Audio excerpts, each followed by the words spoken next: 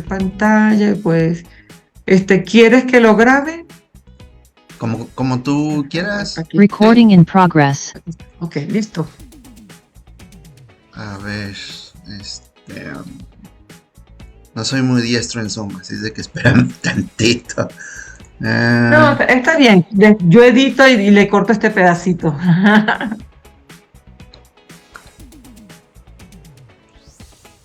Share Screen está en la parte inferior, como en el centro inferior de la pantalla. Sí. A ver, ¿ahí ves? Sí, listo. Ah, bueno. A ver, F5. Ay, no quiere. Bueno, a ver aquí. Déjame minimizar esto. Y dejo ocultar estos. Bueno, no me importa. Bueno, el día de hoy, amigos, compañeros y socios, vamos a comenzar con lo que es el capítulo 19 de lo que es el libro de Benjamin Graham, que fue editado en 2021, el cual se llama El inversor inteligente, del editorial HarperCollins y México. El capítulo 19 está titulado como Accionistas y equipos directivos, política de dividendos. Entonces a continuación, pues vamos a ver, primeramente vamos a ver qué es un gobierno corporativo. ¿Por qué? Porque Benjamin Graham en este capítulo se enfoca mucho a lo que son los accionistas, el tipo de accionistas que existe dentro de una empresa, que vienen siendo los accionistas mayoritarios que tienen un lugar en lo que es dentro del voto de lo que es la compañía, y los accionistas que no tienen, que son accionistas minoristas, que malamente no solamente compran acciones, pero no le dan seguimiento a lo que es la empresa, no toman decisiones, no expresan su sentir con respecto a los directivos, etcétera, etcétera. Entonces, primeramente, antes de pasar a lo que es la asamblea de accionistas, que es directamente a donde Benjamin Graham nos lleva, tenemos que ver lo que es un gobierno corporativo. El gobierno corporativo está liderado, o está más bien constituido por cuatro, ¿cómo se dirán? Cuatro bloques o cuatro niveles, el cual generalmente cuando tú haces una compañía, esto no lo dice Benjamin Graham, pero les voy a explicar un poquito. Cuando tú haces una compañía, generalmente es, por ejemplo, Ford, pues fue Henry Ford, o sea, es una persona física la cual tiene muchas cualidades en lo que está haciendo, y también tiene muchos deseos de crecer, y tiene realmente toda la responsabilidad sobre su espalda. Entonces, lo que nos dice la definición de un gobierno corporativo es que esa persona, la cual realmente comienza a hacer crecer la empresa y a crearla desde cero, llega un momento en que se empieza a saturar. ¿Por qué? Porque él mismo, esa misma persona, comienza a ver las finanzas, comienza a ver las partes ¿cómo se llama? De todo lo que se va a usar, o sea, todos los insumos que va a utilizar, las ventas, conseguir clientes, o sea, todo lo absorbe lo que es el dueño. Entonces, cuando una empresa está ya en ese rubro, lo que se recomienda es ya contratar a un CEO. El CEO o el directivo es una persona que es ajena a la empresa, la cual ya tiene una preparación, y nombrar lo que son abajo del director o del CEO, ya nombrar al equipo directivo, que vienen siendo gerentes o lo que sea. Entonces, bueno, ya creando ese grupo directivo, ¿cuál es su objetivo? Pues es la ejecución de la estrategia de los negocios. Ya posteriormente es un gobierno corporativo que de hecho es vertical hacia arriba, porque generalmente siempre lo vemos de vertical, desde el director hacia abajo, director, gerentes, sugerentes y todo va hacia abajo. Pero no, llega un momento en que la empresa crece tanto que debe de ser hacia arriba el cambio. Entonces está el equipo directivo y posteriormente viene el consejo de administración. Al consejo de administración se tiene que formar para que supervise que el equipo directivo que está abajo de ellos tenga todo el talento y los recursos necesarios para cumplir con sus funciones. Abajo, o más bien arriba del consejo directivo ya viene lo que es la asamblea de accionistas. Esta asamblea está creada, o el objetivo es eh, valorar el riesgo y el rendimiento de las inversiones. Y ya arriba de lo que es la asamblea de accionistas, o sea, ya el tope, viene siendo el consejo familiar o socios accionistas. ¿A qué me refiero con consejo familiar? Simplemente el que creó la empresa, el que está súper metido y todo, no debe de dirigir la empresa, tiene que estar arriba de todos, y ya lo que él hace es ahora sí que trabajar, pero no tanto físicamente, sino tomar decisiones muy importantes, como que, como buscar dónde invertir el dinero, el patrimonio de cada miembro, de los accionistas, todo, y cómo se administra o cómo se administrará la relación de estos familiares dentro de la organización. Entonces, Benjamin Graham nos habla de lo que es la asamblea, los accionistas, que viene siendo la tercera parte en vertical hacia arriba. Bueno, aquí lo puse hacia abajo, pero más bien es hacia arriba. Y entonces, bueno, eh, bueno, el consejo de administración, que viene siendo está integrado por consejeros patrimoniales, consejeros representantes de socios o inversionistas y consejeros externos. La parte donde Benjamin Graham hace más énfasis es en lo que es la asamblea de accionistas, que está integrado por inversionistas que han puesto capital importante en la empresa.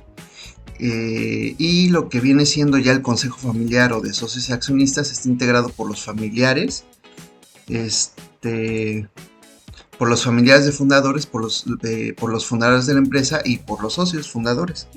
Entonces, ya una vez teniendo el mapa completo, vamos a continuarle. A ver,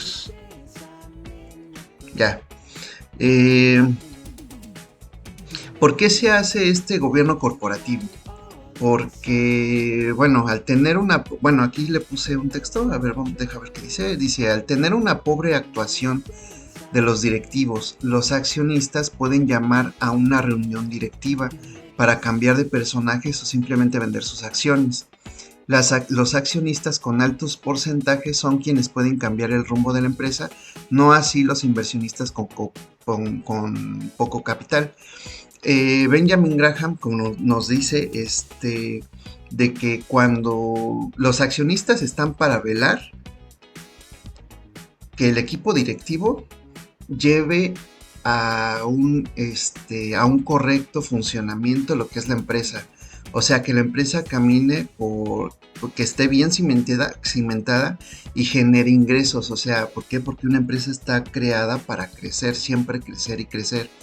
La asamblea de accionistas, eso es lo que vigila.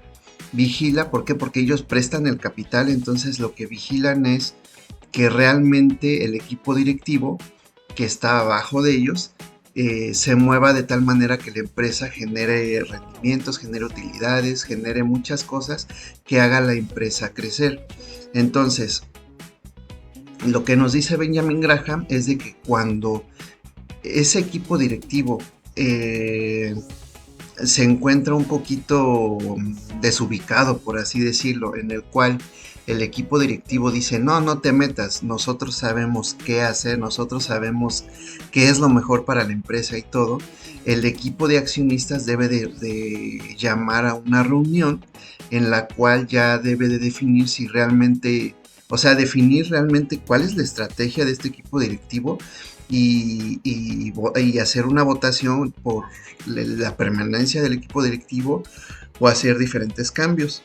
En este caso, por ejemplo, aquí les puse una gráfica y unos datos que son de empresas que van creciendo. Y de hecho este está específico para México. Si te das cuenta, Benjamin Graham habla de grandes empresas, pero también habla de empresas emergentes. En este caso, por ejemplo, esta gráfica está creada para lo que son las pymes o las pequeñas y medianas empresas, que vienen siendo emprendedores o cosas así. Generalmente existe en México bueno, no nada más en México, pero en el mundo, pero específicamente aquí en México que estoy haciendo esta tabla comparativa y el gráfico. eh, Existe por lo general el error que les platiqué hace un momento, que el dueño, bueno, o el creador de la empresa, el emprendedor, llega un momento en que crece tanto su empresa, y no necesariamente que crezca como una Apple o algo así, pero sí ya llega un momento en que lo empieza a rebasar, y este familiar o la persona que crea la empresa, el emprendedor, ya tiene muchas responsabilidades en el aspecto de que ya tiene decisiones y no siempre son las correctas porque no está capacitado para ello, para manejar finanzas, para manejar activos, para manejar lo que viene siendo a lo mejor también deudas, para no tanto para pagar o así, sino para crecer. Este, o sea, la reinversión del dinero, o sea, hay tantas cosas que se manejan en una pequeña empresa o en una mediana empresa que ya el familiar se empieza a ver rebasado. Entonces es cuando se requiere hacer un gobierno corporativo. Si no se hace este gobierno corporativo, en donde ya pongas contrates un equipo directivo, un consejo de administración, que ya saques acciones y haya una asamblea de accionistas y el familiar se vaya hasta arriba como consejo familiar o de socios accionistas, los primeros, si no se hace eso, tiende a quebrar. En este caso, saqué la información del INEGI con la más reciente, que es de este año, del 2022, y es la edad de los negocios en las cuales se hizo el estudio. Si se dan cuenta, está dividido en 4 rubros, y estos rubros están mostrados en esta gráfica. Tenemos en primer lugar la edad de los negocios, que vienen siendo en años de 0 a 25, con un corte de 1 y después ya 5, 5, 5, 5, 5. Después, supervivientes de las empresas, las muertes de las empresas y la esperanza de vida en años. Si te das cuenta, bueno, empezando el año 0, pues en el año 0, pues las empresas, todas las empresas, las pequeñas y medianas, tienden a estar abiertas, o sea, son supervivientes. Pero conforme va creciendo o conforme van aumentando los años, si te das cuenta, el número de empresas supervivientes va decreciendo. ¿Por qué? Bueno, y las muertes van aumentando, las muertes de las empresas. Y así con ello la esperanza de vida de las empresas en años, pues va creciendo conforme la edad de los negocios va creciendo. Pero la muerte es demasiada. Estás hablando de un 60% contra un 40% de supervivientes. ¿Y por qué se da esto? Porque si se dan cuenta, más o menos la edad media de una persona cuando es un emprendedor o así, cuando ya su empresa ya empieza a crecer de tal manera que él ya no puede, si no hace estos cambios la persona ¿cómo se llama? De imponer un gobierno corporativo que viene siendo si no lo hace y sigue siendo él solo y sus familiares el estar administrando la empresa, esto es lo que pasa. Simplemente aquí vamos a ver la gráfica, la esperanza de vida en el año 0 es de 17.7, pero conforme va creciendo, conforme van pasando los años, pues va creciendo la esperanza de vida, pero las empresas van muriendo. ¿Por qué? Bueno, las empresas van muriendo, que es esta, perdón, las empresas van muriendo, que es esta, va aumentando, y las empresas las supervivientes van bajando. Pero ¿por qué se da esto? ¿Por qué? Porque eh, si la empresa no genera un gobierno corporativo, este, las decisiones no precisamente son las mejores. Entonces es por eso que conforme pasan los años, las empresas van disminuyendo. ¿Esto qué significa? Que por ejemplo, si yo o una persona normal tiene una mediana empresa y más o menos le va bien a los 30 y tantos años, si te das cuenta, más o menos la edad de los negocios, el máximo es 25 años. ¿Por qué? Porque es la vida en que la persona o el emprendedor, el que sabe todo, pues ya como que se retira, ya no tiene la misma energía y va pasando esa empresa familiar, lo pasa a los hijos. Y pues ahora sí que, bien dicho, hay un dicho, ¿no? Que dice padre rico, hijo pobre o algo así, ¿no? Entonces, y como en un chat yo les puse, hazte amigo, es mejor hacerte amigo de un buen socio que hacer socio a tu mejor amigo. Entonces, esto es lo que pasa en México.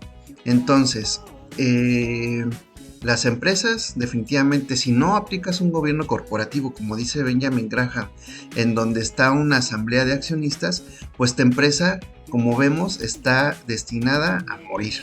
O sea, esa es la tendencia, al menos en México y prácticamente todo el mundo. La tendencia es que tu empresa a lo mejor no sobreviva, y no perdure a través de los años, porque realmente el objetivo es que aunque tú mueras o te vayas o lo que sea, la empresa siga creciendo, ya no dependa tanto de ti, sino que la empresa siga creciendo y siga generando dinero, siga generando bienestar.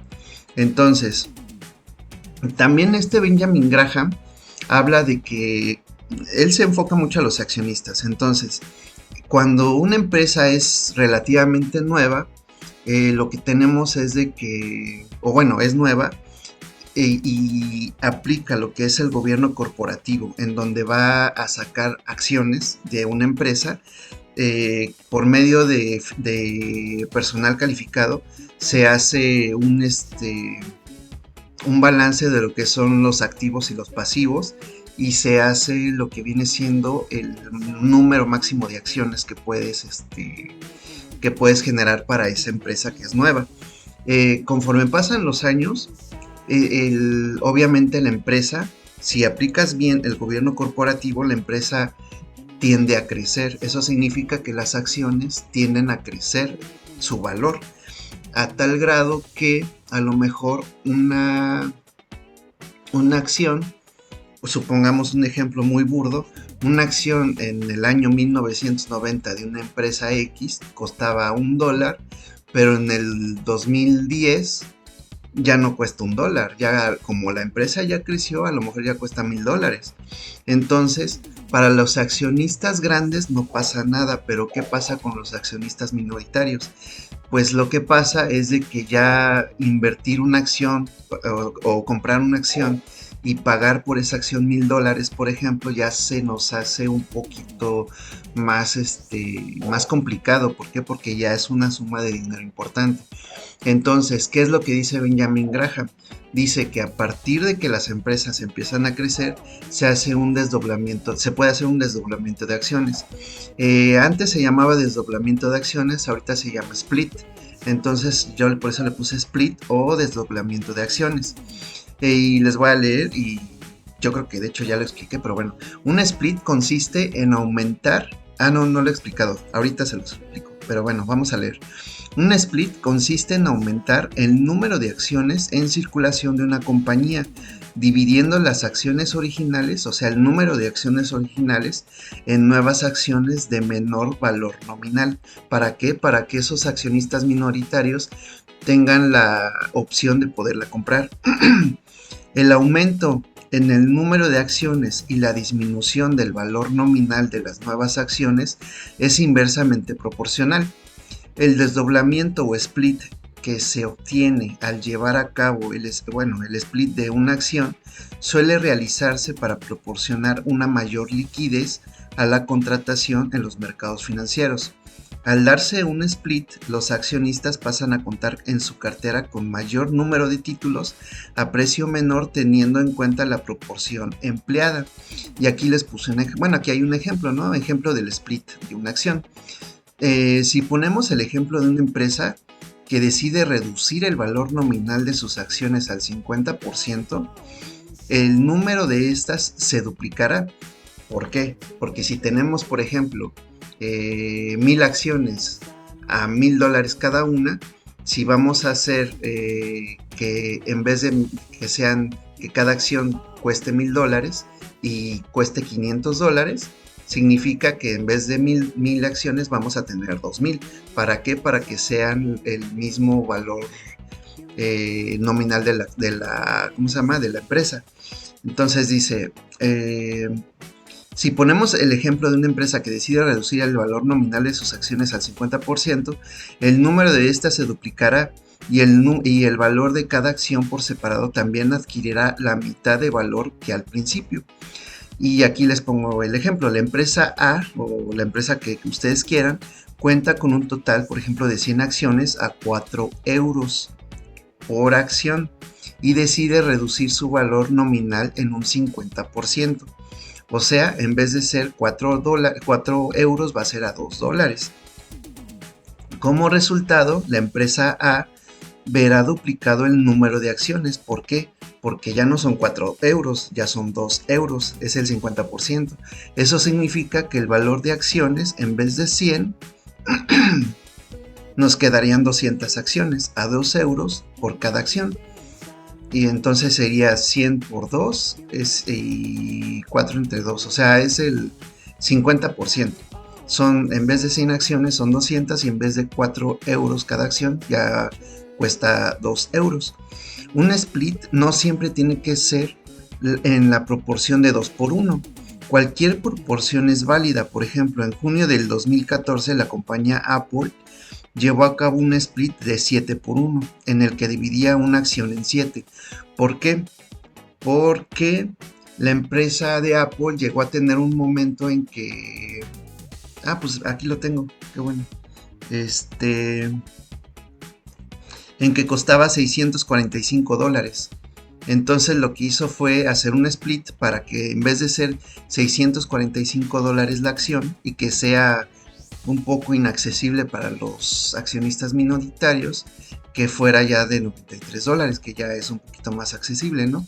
Pero bueno, los objetivos del split. Lo primero es dejar claro que el split lo lleva a cabo la compañía y no supone ningún desembolso ni positivo ni negativo para el inversor. ¿Por qué? Porque el inversor realmente pueden hacer un split, pero el inversor se queda con su mismo capital en acciones. El objetivo que persigue la compañía con esta operación es el de mejorar la negociación de sus acciones para hacerlas más accesibles a los inversores. Para ello, unos precios más bajos son más atractivos de comprar y vender, lo que aumenta su liquidez. Este hecho se conoce como el efecto psicológico del inversor. El pequeño inversor tiende a comprar valores más baratos. ¿Por qué? Pues porque no tenemos tanto dinero, ya que puede comprar un mayor número de acciones. Lo que sucede es que a medida que una empresa crece, también lo hace el valor de sus acciones, pudiendo llegar a un punto en el que los precios sean tan altos que su liquidez se vea frenada. Entonces, es lo que les decía. Bueno, déjame seguir leyendo. Dice, siguiendo con el caso del split de Apple, antes de la operación, la acción cotizaba alrededor de los $645. Ahora, después del split, lo hace en $93. Indudablemente un precio mucho más accesible. Entonces, es lo que les decía. Por ejemplo, aquí Apple tenía, por ejemplo, una acción. Este es un ejemplo. Una acción costaba $200. Si lo divide entre 4, siguen siendo los $200, pero ya son 4 acciones de a $50 cada uno. Y un split o desdoblamiento, aquí tenemos un gráfico más explicativo en el cual una acción vale 100 euros y si lo dividimos entre 10, pues van a ser 10 acciones a 10 euros cada uno. ¿Esto qué es lo que te genera? Que haya mayor liquidez. ¿Por qué? Porque los accionistas minoritarios pueden comprar más y comprar más acciones porque son más accesibles y eso le da mayor liquidez a lo que es la empresa. Y le da, o sea, y puede hacer pues, más cosas, ¿no? Entonces, Benjamin Graham igual nos dice, ok, hay empresas que nos dan dividendos. Y sí, efectivamente hay empresas que nos dan dividendos, pero a lo mejor algunas nos dan mucho y a lo mejor otras nos dan poco y a lo mejor otras no nos dan nada. Con el argumento de que la empresa dice, ¿sabes qué? Sobre todo es cuando están creciendo, de que la empresa le dice a los accionistas, ¿saben qué? Yo no voy a dar dividendos. ¿Por qué? Porque eso va a mermar en nuestro crecimiento. Entonces, ¿qué significa? O sea, prácticamente el equipo directivo, que es le dice al consejo de administración y a la asamblea de accionistas, les dice, ¿saben qué? Yo no voy a dar, no les voy a pagar. ¿Por qué? Porque si les pago, eso equivaldría a tantos millones de dólares y esos millones de dólares yo los puedo invertir para que para que la empresa crezca y a ustedes, o sea, a ustedes inversionistas les conviene en un futuro, tengo 10 minutos según esto, pero bueno, si no, pues lo volvemos a, porque todavía no acabo, eh, si tienes, ¿cómo se llama? Ah, bueno, la empresa dice, bueno, no te lo voy a pagar, ¿para qué? Para poder crecer. Y eso te conviene a ti, accionista o inversionista, a futuro, a largo plazo. ¿Por qué? Porque tu acción, si ahorita vale $1 y quieres rendimientos, te va a pagar X, pero a lo mejor en 20 años nuestra proyección es de que la acción no valga $1, valga a lo mejor $1000. Entonces a ti, accionista, te va a convenir. Entonces muchos accionistas dicen, no, pues sí, estoy de acuerdo, ¿no? Órale, va. Entonces, por ejemplo, Benjamin Graham en su libro nos pone una gráfica desde el 73 al 99, donde nos pone en una gráfica de, ¿cómo se llama? De área conjunta, no me acuerdo cómo se llama. En el cual lo que es blanco son las empresas que nunca han pagado dividendos. Y si se dan cuenta, empezó con el 30%, pero en el 99 ya estaba alrededor del 40%, o sea, aumentó con ese choro que les decía, no, es que si no te pago dividendos, pues a ti te conviene a largo plazo. Ay. Este porcentaje que es pequeño, antes pagaban, pero ya después ya no.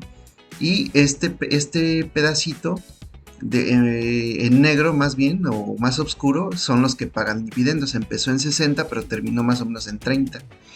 Entonces, saqué una tabla en el cual dije, bueno, ¿cuáles son las empresas que dan mayores dividendos o mayor rentabilidad por dividendo? Entonces, en el IBEX, en la bolsa del IBEX, el número 1 es Enagas, con una rentabilidad por dividendo de 7.97. En el Eurostoxx 50, la rentabilidad por dividendo de Mercedes-Benz, que es el número 1, es de 8.79. Y en Estados Unidos el Dow Jones es el número 1 Verizon, que es de telecomunicaciones, con una rentabilidad por dividendo de 6.33. Entonces, yo me enfoqué a lo que es Dow Jones y lo que es Verizon. Entonces, ¿qué fue lo que hice? En Dow Jones se analizó Verizon y y bueno, saqué lo principal, ¿no? ¿De dónde? Pues de Yahoo Finance. Y si se dan cuenta, Verizon tuvo desdoblamiento de acciones, o el split, el que les decía, que una acción la dividían en varios, para disminuir el valor de la acción. Entonces, aquí está lo que es el valor de la acción. Ahorita actualmente está en 37, bueno, ayer estaba en $37.15, que viene siendo como 700 y fracción de pesos mexicanos. Y en barritas rojas puse más o menos la fecha en donde se hizo los splits de las acciones, en la cual aquí les pongo el primer split, que fue en 1986. Bueno, esta empresa está desde el 84. Desde noviembre del 84 se fundó, o al menos está ya en la bolsa, y en el 86 hizo un split de acciones de 2-1, o sea, fue el 50%, que es esta parte. En esta partecita hizo en mayo del 90, hizo igual un split de acciones del 50%, de 2-1. El 30 de junio de 1998, que es aquí, hizo igual un desdoblamiento de acciones, igual de 2-1. El 20 de noviembre de 2006, que es por aquí, hizo un desdoblamiento de 96, bueno, de 1 millón a 96.334 de split de acciones.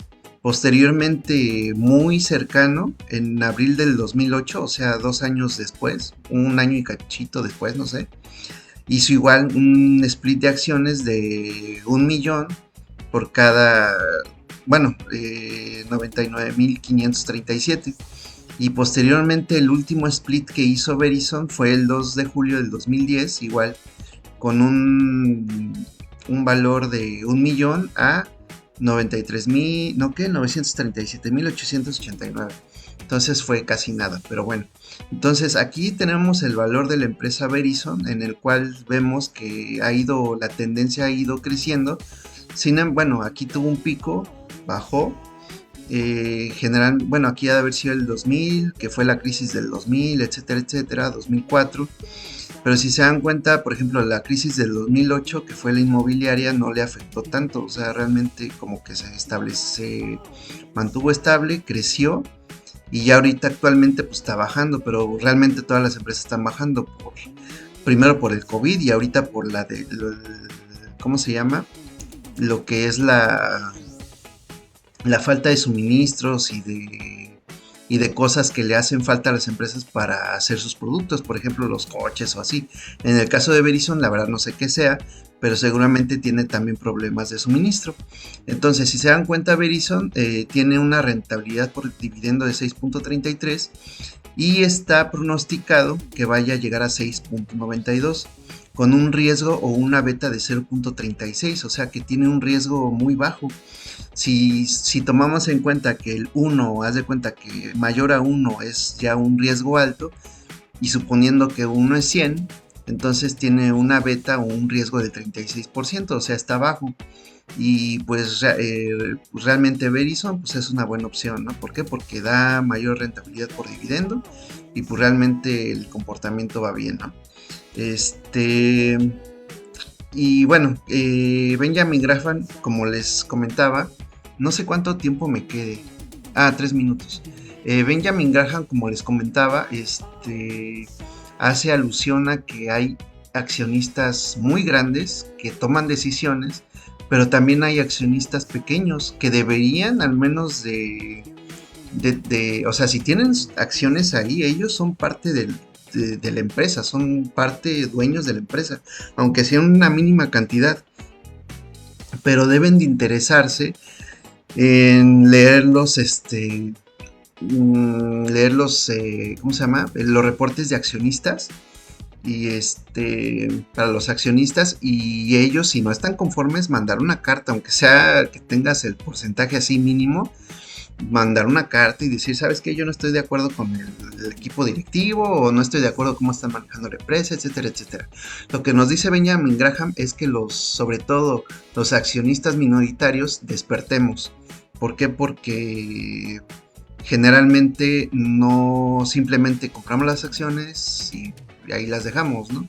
Pero no participamos. Y los que participan son los accionistas mayoritarios. Entonces, los accionistas mayoritarios para lo que es Verizon, aquí están, son estos, instituciones principales.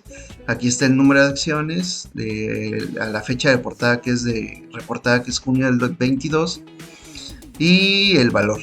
Y los accionistas principales de fondos mutuos, que aquí están todas las empresas, igual acciones y el valor.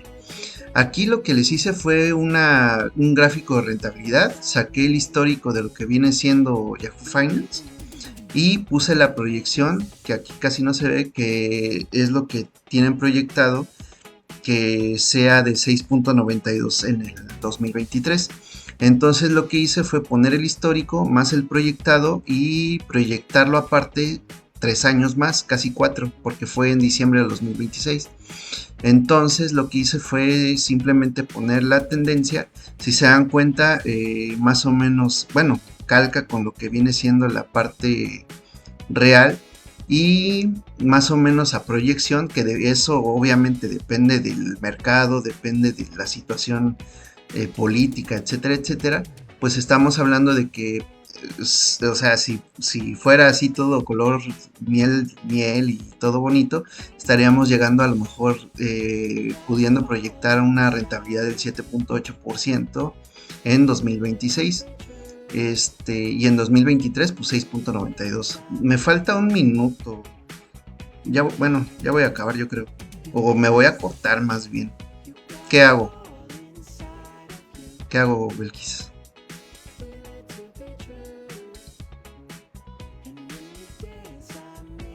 Mira, por lo general son los 30 minutos porque después de esto viene otra, es MixLR y por eso es que